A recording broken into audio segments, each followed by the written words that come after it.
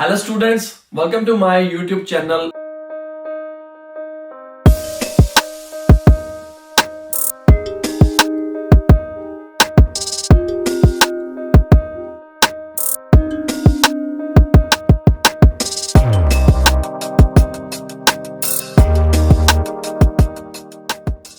Today's video in Hindi language. Topic is PT reading fill in the blanks reading वाले. Reading एक बहुत ही tough है, task लगता है स्टूडेंट्स को. आज हम इसको इजी बनाने की कोशिश करेंगे.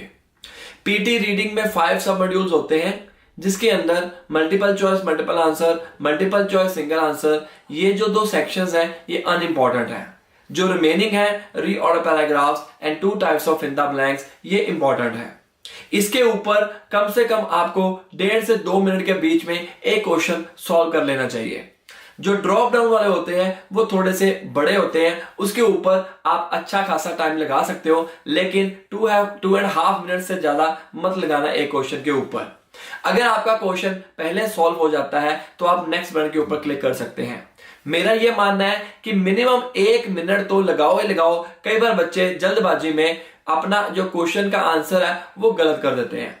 आज हम सीखेंगे कुछ ऐसे आइडियाज को हमने जनरेट करना कि जो आपकी हेल्प करेगा पीटी रीडिंग में फिल द ब्लैंक्स को सॉल्व करने में. इससे पहले अगर आपके ग्रामर रूल्स क्लियर नहीं है गाइस, तो आपके लिए रीडिंग बहुत मुश्किल होने वाली है. अगर आप अपने ग्रामर रूल्स को, स्पेलिंग मिस्टेक्स को इंप्रूव करना चाहते हो तो मेरे दूसरे चैनल के ऊपर विजिट करिए. उसके ऊपर आपको टेस्ट मिलेंगे और ग्रामर के कंसेप्ट्स क्लियर होंगे. उसका लिंक मैं नीचे डिस्क्रिप्शन में दे दूंगा और उस चैनल का नाम है learn English with Nikhil. Free of cost वहां पर वीडियोस आती हैं, छोटी छोटी वीडियोस आती हैं जो आपकी ग्रामर स्किल्स को एनहांस करेंगे. तो आज का टॉपिक शुरू करते हैं, PT reading filling the blanks. तो गाइस स्क्रीन के सामने आप देख सकते हो ये क्वेश्चन है. हमने सबसे पहले करना क्या है कि सबसे पहले हमें ग्रामर रूल्स के बारे में पता होना चाहिए कि टू के पीछे क्या लगता है, सिचुएशन कैसी है, उसके लिए हमने कौन सा वर्ड चूज करना है. हालांकि ये जो क्वेश्चंस होते हैं वो इजी होते हैं as compare to drop down वाले fill in the blanks, but हमें बहुत समझदारी से काम लेना है ताकि इसके ऊपर भी ज्यादा टाइम वेस्ट ना हो. तो पहले क्वेश्चन की तरफ हम चलते हैं, चेक करेंगे situation. Having tracked down research that is dash to your area of interest. अब यहां पर इंटरेस्ट की बात हो रही है, एरिया ऑफ इंटरेस्ट की बात हो रही है. मतलब साफ देख रहा है यहां पर having tracked down research that is dash to your area of interest. अब हम चलते हैं ऑप्शंस की तरफ, क्योंकि ऑप्शंस पढ़ना बहुत जरूरी होते हैं. सारे एक बार ऑप्शंस पढ़ लोगे आपके माइंड के अंदर होगा कि ये वाले ऑप्शंस मैंने पढ़े हुए हैं और उस तरीके के साथ आपको पता लग जाएगा कि इसके ऊपर क्या आने वाला है. Sense, fun, statement, reviewing, acceptable, relevant, evidence. तो आप देख सकते हैं having tracked down research dash is dash to your area of interest. area of interest मतलब हमारा एरिया ऑफ इंटरेस्ट किसके रिलेटेड होता है, जिसमें हमारी रुचि हो, जिसमें हमारा इंटरेस्ट हो, वो आपका आएगा रेलेवेंट. आपके एरिया के रिलेटेड जो आएगा रेलेवेंट आएगा. The next task is to actually make dash of dash research. ठीक है, अब यहां पर बात करते हैं मेक के पीछे एक कॉलर क्वेश्चन है, वो है मेक फन, ना make statement, make reviewing, make acceptable, make evidence, make sense. Yes, answer आएगा हमारा मेक सेंस. हम अपनी रियल लाइफ में भी इसको इसी तरह यूज करते हैं, मेक सेंस. कई बार आपको ऐसा नजर आएगा कि कुछ चीजें आप यूज करते हैं अपनी रियल लाइफ में तो उसका आपको बेनिफिट हो सकता है. यहां पर इसको हम कहते हैं कॉलर क्वेश्चन. बहुत बड़ी कोलाकेशन लिस्ट है, कई बच्चे याद करना शुरू कर देते हैं. 4 से 5,000 कोलाकेशन लिस्ट के वर्ड हैं, लेकिन इन द एंड मुझे नहीं लगता कि बेनिफिट होगा. इसके द्वारा आप सीख तो सकते हो लेकिन याद करना बहुत मुश्किल होता है. तो कोशिश ये करो कि आप अपने कंसेप्ट्स को क्लियर करो. अगर कंसेप्ट्स ही क्लियर हो गए, डजंट मैटर कि कौन सा क्वेश्चन आपके सामने आ रहा है, आप उसको अच्छे ढंग से कर सकते हो. अब हम आगे बढ़ते हैं. This section is intended to show you how to be critical of the research you are dash and how to check that the dash is credible and represented appropriately. Unfortunately, this means discussing the ways in which research findings may be misrepresented. और यहां पर बात आएगी, देखो यहां पर हमारा यहाँ आर आ गया, आर के पीछे ING वाला आता है, यहाँ थर्ड फॉर्म आती है. ठीक है। अब थर्ड फॉर्म देखते हैं और आईएनजी वाला देखते हैं। थर्ड फॉर्म तो कोई है ही नहीं है इसके अंदर, ठीक है, और एक ही है आईएनजी, वो है हमारा ये वाला, यहां पर आ गया हमारा third. You are reviewing and how to check, check आ गया यहां पर। चेक का मतलब क्या होता है? चेक का मतलब होता है रिव्यू करना, ठीक है ना। हमने पीछे सिचुएशन देखनी है, आगे सिचुएशन देखनी है, उसके अकॉर्डिंग हमने अपना आंसर को चूज कर लेना है, दैट्स इट। देखो ऐसा दिमाग लगाना पड़ेगा तभी आपके स्कोर आएंगे, अदरवाइज ढूंढते रहोगे, ठीक है। अपने आइडियाज को जनरेट करो। अगर मैं आपको करवा रहा हूं, इसको रट्टे मत लगाओ, इसके आइडियाज को जनरेट करो। पता नहीं ये क्वेश्चन आपको आएगा या नहीं आएगा, अगर आएगा तो आपका तो 30 सेकंड्स में सॉल्व हो जाएगा। ये कुछ रियल एग्जाम क्वेश्चंस भी हैं, आपको आ सकते हैं ये वाले। How to check that the dash is credible, किसी की बात कर रहा है, एक्सेप्टेबल स्टेटमेंट इज क्रेडिबल, नहीं, यहां पर आएगा हमारा evidence is credible and represented appropriately, right. So आगे बढ़ते हैं, दूसरा क्वेश्चन करेंगे, बहुत इंपॉर्टेंट क्वेश्चन है ये। क्वेश्चन रियल एग्जाम क्वेश्चन भी हो सकता है आपका।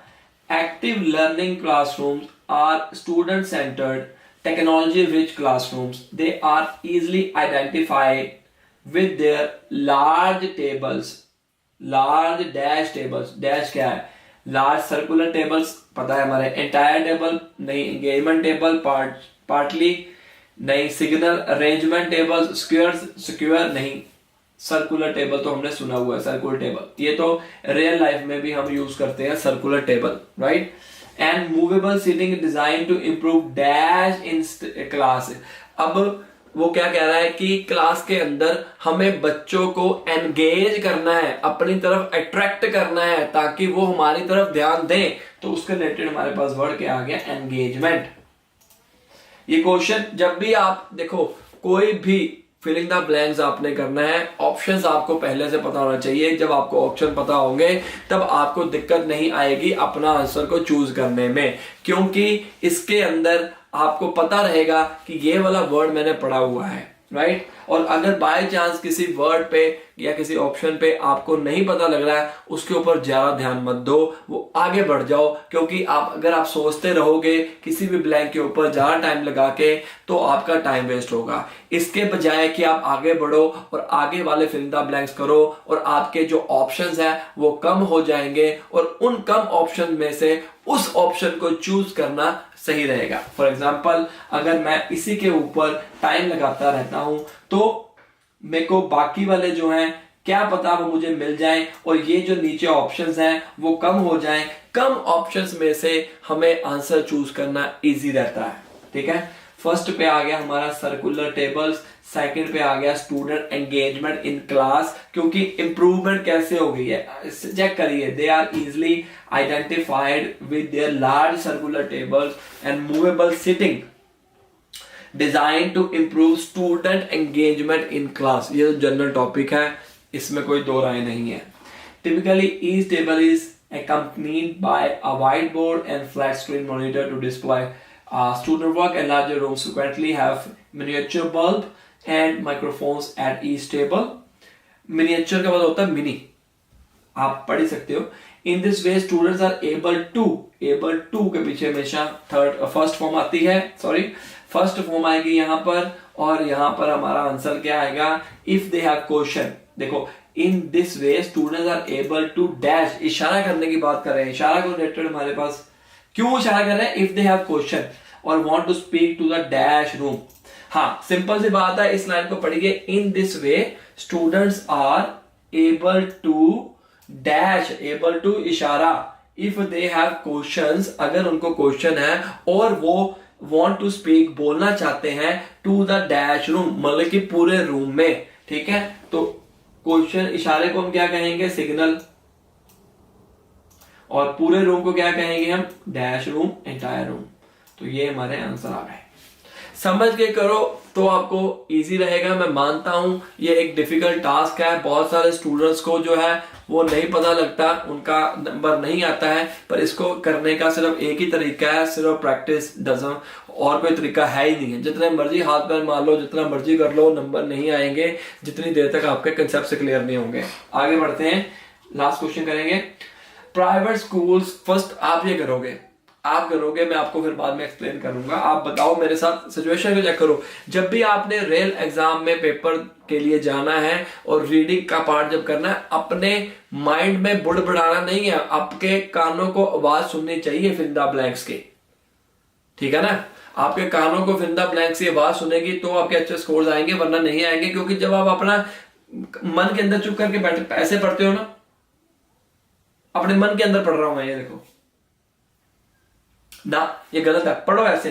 Private schools in the UK are redoubling their marketing efforts to foreigners. Almost a third of 68,000 boarding pupils at such schools dash come from already, dash come from already, dash come from overseas, dash come from already। देखो अपने आप मेरे मुंह से निकला already, हालांकि नीचे मैंने देखा भी नहीं था। ये देखो already बोर्ड है, already come from overseas की पहले से ही, ऑलरेडी मतलब होता पहले से ही आ चुके हैं, come from overseas. But now with many UK radius dash are unable, देखो अनएबल आ गया, अनएबल के और अनएबल, और एंड का मतलब क्या होता है, और होता है दोनों में से एक, एंड का मतलब होता है दोनों। माइक एंड माइकल दोनों, माइक और माइकल दोनों में से एक, फर्क समझो एंड और का। अब देखो अन वाला वर्ड आया, इसके आगे भी अन वाला वर्ड आएगा। अन वाला वर्ड कौन सा है, वो है अनविलिंग और unwind.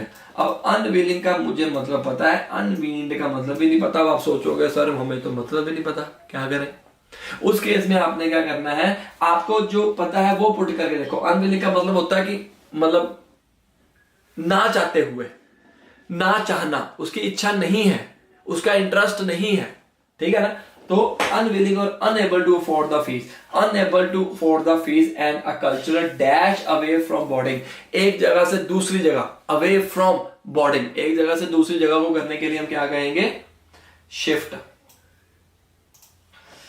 from boarding। Many schools are looking abroad to survive। Overseas student now dash for about 500 meter pounds of fee income। Income की बात हो रही है तो उसके रिलेटेड हमारे पास वर्ड आ गया ये अकाउंट। इसका मुझे पता नहीं है, फुस अनविलिंग सेल्डम। अब ये रह गया है, अब इसके लिए अनविलिंग मैं लगाऊंगा क्योंकि अनविलिंग का देखो ध्यान से पढ़ो। बट नाउ विद मैनी, ये लाइन पढ़ो, ये लाइन पूरी पढ़ो। But now with many UK residents dash are unable to afford the fees, मतलब वो फीस अफोर्ड करने के लिए एबल नहीं है, ठीक है ना, और उनकी इच्छा नहीं है, या तो उनकी इच्छा नहीं है या तो वो कर नहीं सकते हैं, तो उसके रिलेटेड हमारे पास वर्ड आएगा अनविलिंग। अनविल्ड का मुझे मतलब नहीं पता, तो इसका ये आ गया। So guys, this is all about for today's session, PTE reading fill in the blanks। इसके अलावा भी जो रीडिंग के स्कोर्स होते हैं गाइस बाकी सब सेक्शंस में भी होते हैं, हम कोचिंग प्रोवाइड करते हैं। अगर आप स्ट्रगल कर रहे हो, कोई भी टारगेट हो आपका, doesn't matter 6 inch 7 inch 8 inch या इससे भी नीचे हो, तो आप हमारे को कॉन्टैक्ट कर सकते हैं। हमारे नंबर ऑफ स्टूडेंट्स अच्छे स्कोर्स हासिल कर रहे हैं, आप भी उनमें से एक हो सकते हो। कम समय में हमने अच्छे अच्छे स्कोर्स निकाले हुए हैं, हिंदी इंग्लिश पंजाबी तीनों लैंग्वेजेस में हम कोचिंग देते हैं। ऑनलाइन कोचिंग है, घर में बैठ के ऑस्ट्रेलिया से कोचिंग मिलेगी आपको। Before exam tips and tricks लेने के लिए भी हमारे को कांटेक्ट कर सकते हैं, 1 दिन पहले या 2 दिन पहले। उसके कम चार्जेस हैं, नॉमिनल चार्जेस हैं। सेकेंडली, अगर आप वर्किंग प्रोफेशनल्स हैं, आपको टाइम नहीं मिलता, तो भी हमारे को कांटेक्ट करिए। हम कोशिश करेंगे कि आपके टाइम के अकॉर्डिंग आपको क्लासेस मिल पाए, क्योंकि बिजी स्केड्यूल में पीटी की प्रैक्टिस करना और ऊपर से हाई फाई स्कोर लेना इजी नहीं होता है, पर हम आपको हर तरह की फैसिलिटी देने की कोशिश करते हैं। तो जैसे मेरे बाकी स्टूडेंट अच्छे स्कोर ले रहे हैं, बाकी आप भी ले सकते हो। ये मत सोचो कि आपके पास टेम्पलेट आ गए, टेक्निक्स आ गई तो आपके अच्छे स्कोर आ जाएंगे। नहीं, आपको एक टीचर चाहिए, एक मेंटर चाहिए जो आपको जज करे कि ये वाला चीज सही है, कहां पर स्लो करना है, कहां पर नहीं। कई बार आपने देखा होगा जिसके 90 आउट ऑफ 90 आए हैं, अगर हम उनका टेम्पलेट यूज करते हैं तो हमारे 90 आउट ऑफ 90 नहीं आते, क्योंकि एक हिस्सा है टेम्पलेट, एक हिस्सा है, उसमें से अगर हम गलतियां करेंगे या बाकी एक चीज सही होगी बाकी गलत होगी, बात तो फिर वही होगी। तो अगर आप बार बार स्ट्रगल कर रहे हैं तो आप मेरे को अपना स्कोर कार्ड भेजिए, हम इवैल्यूएट करके आपको बताएंगे कि आपका क्या लेवल है, कितने वीक्स लगेंगे। हम ज्यादा दिन नहीं लेंगे, सिर्फ वीक्स में 2 या 3 हफ्ते में काम तमाम कर देंगे आपका, मतलब अच्छे स्कोर लेके आने की पूरी कोशिश करेंगे। Best of luck and hurry up now and subscribe my other channel also. Bye bye.